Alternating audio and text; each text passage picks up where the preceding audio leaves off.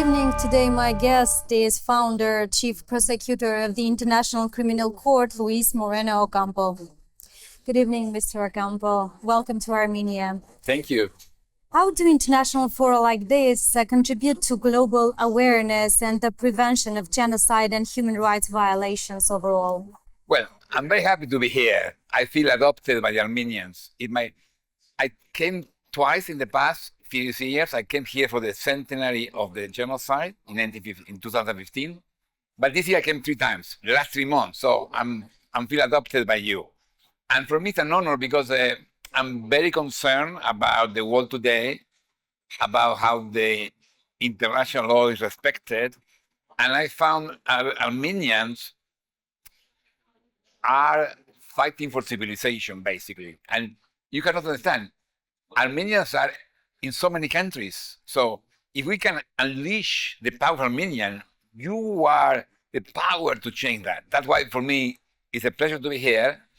You know, I was participating in a social media campaign on COP29, and we have Armenian activists from 120 countries. So you have to understand that Armenia is here, but you have Armenians all over the world, and because all of them are connected with the 1915 genocide, they know how important it is to control genocide. That's why this meeting here is showing how much Armenia is in the front in a fight for civilization.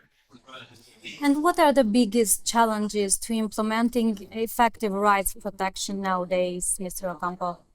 Well, the problem is states like to be against genocide, but not today, not in this case. It's like a free market. Yeah, free market is okay, but not in this place and with my product. So general principles are different in implementation. So sovereign states don't like to make effort. Imagine today here to control Azerbaijan.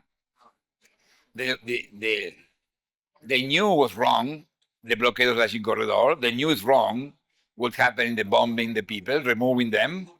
They knew it's wrong that there are 23 prisoners in Baku prisons, but they are doing nothing. So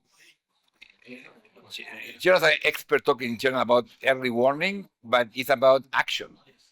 And today and tomorrow, it's a good opportunity to discuss what other actions could be taken. And what challenges did you personally face in balancing legal standards with political realities when pursuing cases? Well, when you're a prosecutor, it's easy because you have independence. You have to trust yourself. I'm independent. This is my assessment. I go. That's what I did. Now, as a private citizen who like to help the Nagorno-Karabakh people, for instance, what to do? For me, it was important in COP29 because if during COP29 no one mentioned Nagorno-Karabakh, we were dead. No more Armenia. So that's why, for me, I'm very proud. President Aliyev was talking about us. He opened in his remarks complaining about a very well-orchestrated campaign against him, denouncing what he was doing. So, and that's required, for me, I was learning how to work social media. But last time I came here, I met many victims from Nagorno-Karabakh, and we really need to help them because they are severely traumatized. They lost everything. They don't see the chance to return. We have to help them to return. We have to help them to understand what happened. And now I think it would be nice to organize something for the next Christmas here, to organize something for Nagorno-Karabakh people here, to invite them to go to the church together. I don't know exactly what, but I think it's very important to embrace Nagorno-Karabakh people who are here and make those 23 Armenians hostage in Baku feel that we are with them. I say that hostages are not prisoners because Azerbaijan has them in jail to remind Armenians, if you come back to Nagorno-Karabakh, you will be attacked. You will be in jail. That's why they are in jail. It's a signal. Don't come back. So that's why I believe there are 3 goals: protect Armenia, protect Nagorno-Karabakh rights, and protect the hostages, the prisoners. And the 3 are connected. And my feeling is doing that, helping Armenians to do that, is for me to fight, not just for Armenians, it's fighting for civilization. And however, what lessons can the international community draw from the recent mass displacement of Armenians in Nagorno-Karabakh? None. None. That we are not learning. No. We look in 1994, when Rwanda genocide happened, there was a meeting at the UN Security Council talking about the need to negotiate between the Hutus who committed the crimes and the Tutsis. And the New Zealand ambassador said, asking negotiation between them, it's like asking the Jews in the camps to negotiate with Hitler. It's similar. And hopefully, in September 23, there was a meeting at the Security Council, and France, Germany were very concerned about what happened. But the final recommendation was the leaders of Nagorno-Karabakh had to negotiate with Azerbaijan, ignoring they were arrested, ignoring they were killed. So what are you talking about? So we are basically in 2023, we repeat what happened in 1994. So we are not learning. That's why this meeting is important. This meeting, Armenia is leading, is an opportunity to learn. And there are countries who want to learn. Latvia ambassador was here. Latvia former president was here. Slovenia ambassador was here. And these small countries understand very well. And so we have to find how to combine young people connected with against crimes, Armenians, and these small states to protect Armenians and any community victim of genocide. However, Mr. Ocampo, if we assess, how do you interpret the international community's response to the ethnic cleansing in Nagorno-Karabakh? Why do you call it decleansing?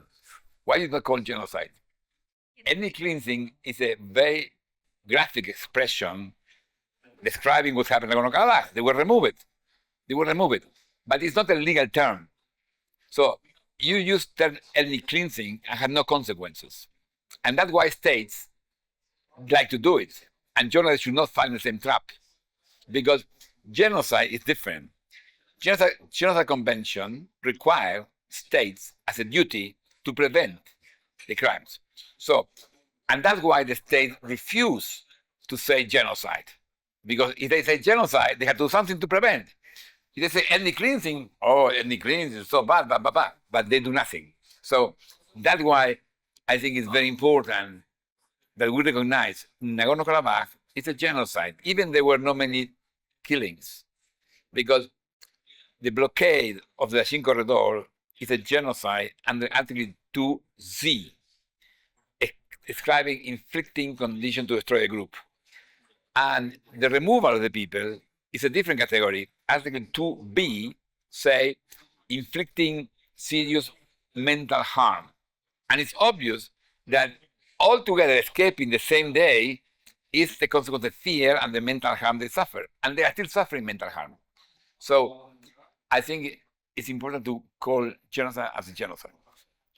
And in that case, what legal mechanisms should be pursued to hold Azerbaijan accountable for actions constituting ethnic cleansing, as you mentioned, genocide, accountable for actions? Because the Armenia signed the Rome Statute that created the International Criminal Court, now the International Criminal Court could intervene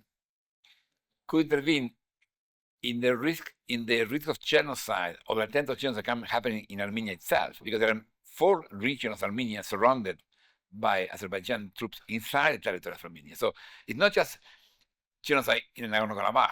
I believe, and that was the allegations presented in last April by the Center for Truth and Justice before the ICC, that is already an ongoing genocide here in Armenia. And that could be investigated as a genocide by the prosecutor. In addition to that, the Nagorno-Karabakh people are presenting communication to the prosecutor, and the prosecutor cannot investigate Nagorno-Karabakh as a genocide, but as a crime against humanity, as deportation as a crime against humanity. Deportation is a crime to cross the border of a country. So when the Nagorno-Karabakh people came to Armenia, they crossed the border, forced to displace, and that is a different crime. It's not genocide, it's crimes against humanity. And because Armenia is part of the territory, the prosecutor can do this case. The prosecutor cannot do what happened with the 23 prisoners in Azerbaijan, because sadly this territory is not covered by the prosecutor. And Mr. Ocampo, what are your thoughts on the International Criminal Court's current ability to address conflicts in regions with ongoing disputes and no clear resolutions all over the world? Well, the bad news is that there are crimes everywhere. The good news is the prosecutor is active. The prosecutor indicted President Putin from Russia, and then the prosecutor indicted Prime Minister Netanyahu from Israel. I believe the next will be President Maduro from Venezuela, and then Aliyev probably will come. But it's a process. We need time because they need to collect the evidence. They need to convince judges. Thanks for the interview, Mr. Ocampo. Thank you. Today I have talked to Founder Chief Prosecutor of the International Criminal Court, Luis Moreno Ocampo. Thanks for watching us.